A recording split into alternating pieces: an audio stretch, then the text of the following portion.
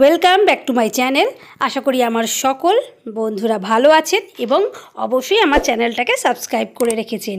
আমার চ্যানেলটাকে সাবস্ক্রাইব না করে রাখলে সব নোটিফিকেশান কিন্তু মিস করে যাবেন। আর সুন্দর সুন্দর সহজলভ্য যে রেসিপিগুলো আমি নিত্যদিন দিয়ে থাকি সেগুলো কিন্তু আপনারা জানতে পারবেন না। তাই এক্ষুনি ভিডিও দেখতে দেখতে চ্যানেলটাকে অবশ্যই সাবস্ক্রাইব করে অল বাটনে ক্লিক করে নিন। তো আজকে থাম্বনেল দেখে বুঝতেই পেরেছেন কিসের রেসিপি। তো এটা দেখতে পাচ্ছেন সজনে ফুল। তো সজনে ফুল খুবই উপকারী একটি খাবার। তো এইটাকে ঠিকভাবে যদি রান্না করতে জানা হয় এবং এর প্রসেসটা কী আছে সেটা জানা হলে অনেকেরই কিন্তু এই খাবারটা অপ্রিয় হলেও আজকের রেসিপিটা ফলো করলে কিন্তু তারাও এর প্রেমে পড়ে যাবে। আর সেই জন্যই চটপট এই রেসিপিটা আমি তোমাদের সাথে শেয়ার করব। তো তার আগেই দেখো সজনে ফুল বাজার থেকে একদম পরিষ্কার পরিচ্ছন্নভাবে ভালোভাবেই কিনে নিয়ে এসেছি। আর দেখতে পাচ্ছ ঝরঝরে মতো। যদি এর মধ্যে কোনো ডাল কাঠি বা ডালপালা থাকে সেগুলো আলাদা করে বেছে নিতে হবে। দিয়ে এইরকমভাবে সুন্দর করে কিন্তু একটা বাটির মধ্যে রেখে দিয়েছি। এবার এইটা দিয়ে যে রেসিপিটা আজকে তৈরি করব সেটা হচ্ছে সুস্বাদু তো হবে, তার সাথে উপকারী। এবং এই সজনে ফুলের কিন্তু অনেক রকম গুণাগুণ আছে যা আমাদের শরীরের জন্য খুবই জরুরি। তো প্রথমেই যে সজনে ফুল লাগবে সেটা যতটা পরিমাণে তোমরা করতে চাও ততটুকু তোমরা নিয়ে নেবে। আর লাগবে একটা বাটি। তো তার আগে যেটা করতে হবে, সজনে ফুলগুলো বাজারে কিন্তু খোলা অবস্থাতেই বিক্রি হয়। তো সেজন্যই সেটাকে আগে ভালো করে 3 বার 4 বার করে কিন্তু পরিষ্কার জলে ধুয়ে নিতে হবে। তো আমি এখানে ঝুড়ির মধ্যে করে ধুয়ে নিয়েছি, দিয়ে এখানে কিন্তু জল ঝরিয়ে নিয়েছি।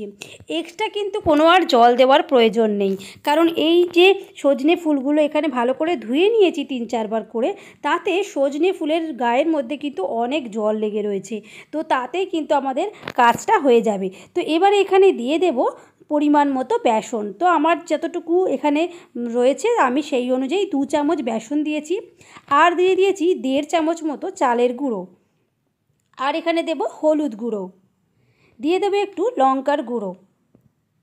আর এখানে দেব বিট নুন, আর এখানে এমনি নুন যেটা আমরা বাড়িতে ইউজ করি। আর দিয়ে দেব অল্প একটু টমেটো সস। এখানে বাকি রয়েছে পেঁয়াজ কুচিটা।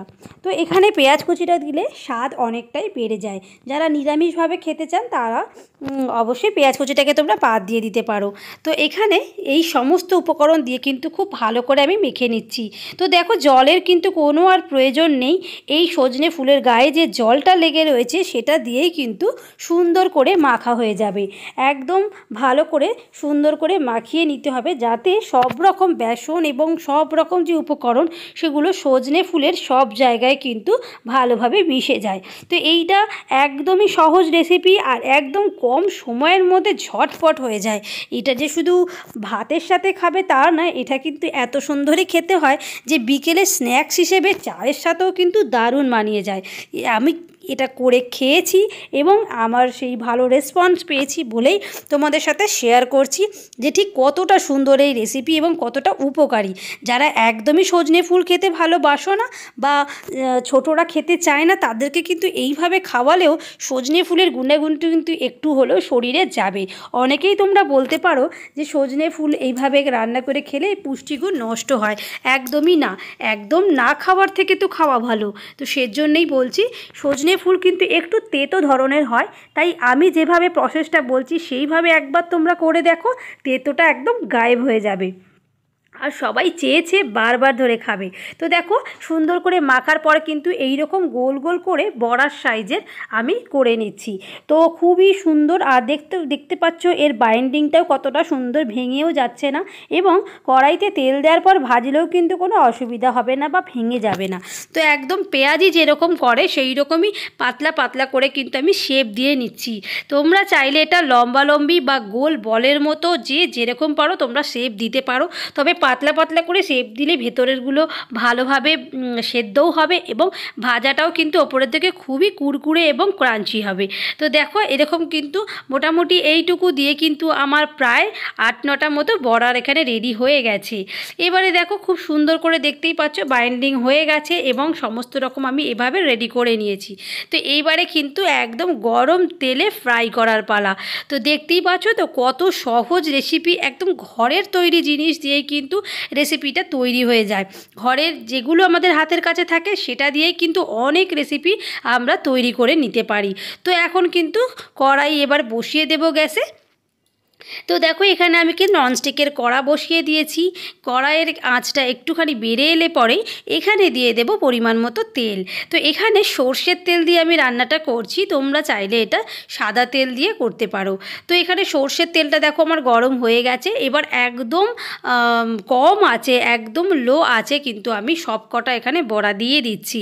তো যতটুকু তেল রয়েছে ততটা পরিমাণে আমার এখানে 5টা 6টার মতো বড়া দেওয়া হয়ে যাবে।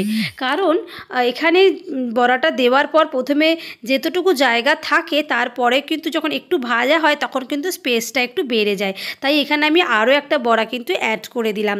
তো দেখো একদম অল্প আছে, মানে লো টু মিডিয়াম ফ্লেমে কিন্তু এটা ভালো করে কুক হতে দিতে হবে, নইলে কিন্তু ওপরটা সুন্দর একটা ব্রাউন রং এসে যাবে কিন্তু ভেতরে কিন্তু কাঁচা থেকে যাবে। তো সেই জন্য একটু 2-4 মিনিট সময় নিয়ে ভাজতে হবে।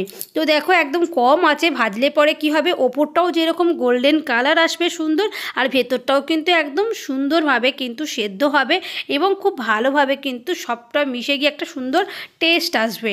তো দেখো সবকটা কিন্তু এখানে দিয়ে দিয়েছি, আর এখানে এখন মোটামুটি প্রায় ভাজা হয়ে এসছে। এবারে দিয়ে দিতে হবে একটু উল্টে পাল্টে দিতে হবে। গোল্ডেনের দিকটা একটু উল্টে দিলে পরে যেই দিকটা তলার পোর্শনে রয়েছে তেলের সেই দিকটা কিন্তু আবার কুক হয়ে যাবে। তো আমার এবারে 2 পিঠই ভাজা হয়ে গেছে। তো এখন দেখো একদম তেল ছেঁকে ছেঁকে এখানে তুলে নিতে হবে একটা পাত্রে। তোমরা চাইলে টিস্যু পেপারের মধ্যেও এটা তুলে নিতে পারো, আর নইলে আমি যেভাবে দেখাচ্ছি যে এরকমভাবে একটু চেপে চেপে কিন্তু কড়াইয়ের মধ্যে সাবধানে বড়াগুলো তুলে নিতে হবে। আর এইভাবে বাকি যে কটা বড়া সব কিন্তু আমি করে নেব। তো এখানে খুবই সুন্দর একটা কালার এসছে এবং সুন্দর খেতেও হয়েছে, দেখতে পাচ্ছ। তো এই বড়াটা একটু সেদ্ধ হয়নি বলে আমি রেখে দিয়ে পাশে বাকি যে বড়াগুলো করেছি সব কটা কিন্তু এখানে দিয়ে দিলাম। তো আমার সেকেন্ড ব্যাচের বড়াটাও আস্তে আস্তে ভাজা চলছে। তো দেখতে পাচ্ছ তো বন্ধুরা কতটা সহজভাবে কিন্তু এই বড়াটা তৈরি হয়ে যায়। আর তোমরা এই ভিডিওটা দেখতে দেখতে এক্ষুনি কিন্তু চলে না গিয়ে একবার চ্যানেলটাকে কিন্তু অবশ্যই সাবস্ক্রাইব করে দিও। আর যারা আমার চ্যানেলটা ফেসবুক থেকে দেখছো তারা অবশ্যই ফলো করতে ভুলো না, কারণ নিত্য নতুন রেসিপি কিন্তু আমি এই চ্যানেলে দিয়ে থাকি। তো দেখো এখানে কিন্তু সব কটা বড়া আমার ভাজা হয়ে গেছে। তো বড়া ভাজা হয়ে যাওয়ার পর ভালোভাবে একটু দেখে নিতে হবে যে ভালো করে সেদ্ধ হয়েছে কি না, নইলে কিন্তু ভেতরে কাঁচা থেকে যাবে। তো এইভাবে কিন্তু সজনে ফুলটা কিন্তু তোমরা সব সময়তেই খেতে পারো। আর সজনে দিয়ে এর পরবর্তীকালে আমি আরও একটি রেসিপি দেখিয়ে দেব যে তারা দুটো রেসিপি ঘুরিয়ে ফিরিয়ে করতেই পারো। তো দেখতে পারলে তো কত সুন্দরভাবে বড়াটা কিন্তু আমার একদম রেডি হয়ে গেল খাওয়ার জন্য।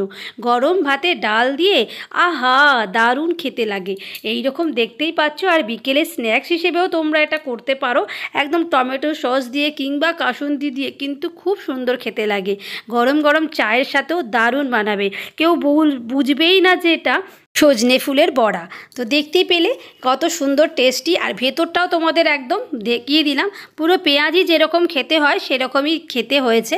তো আশা করি তোমাদের এই ভিডিওটা ভালো লাগবে, আর যদি ভিডিওটা ভালো লাগবে তো তাহলে একটা কিন্তু লাইক শেয়ার কমেন্ট করতে ভুলো না, আর অবশ্যই সাবস্ক্রাইব বা ফলো করে নিও। আর বেশি বেশি করে বন্ধুদেরকে একটু শেয়ার করে দিও যারা এই রেসিপিটা পছন্দ করবে বা বাড়িতে ট্রাই করে দেখতে পারে। তাহলে সজনে ফুলের বড়া থেকে কিন্তু আর দূরে নয়, চট করে জলদি আজকেই বানিয়ে নাও কিংবা কালকে বানিয়ে খাও আর সবাইকে খাওয়াও।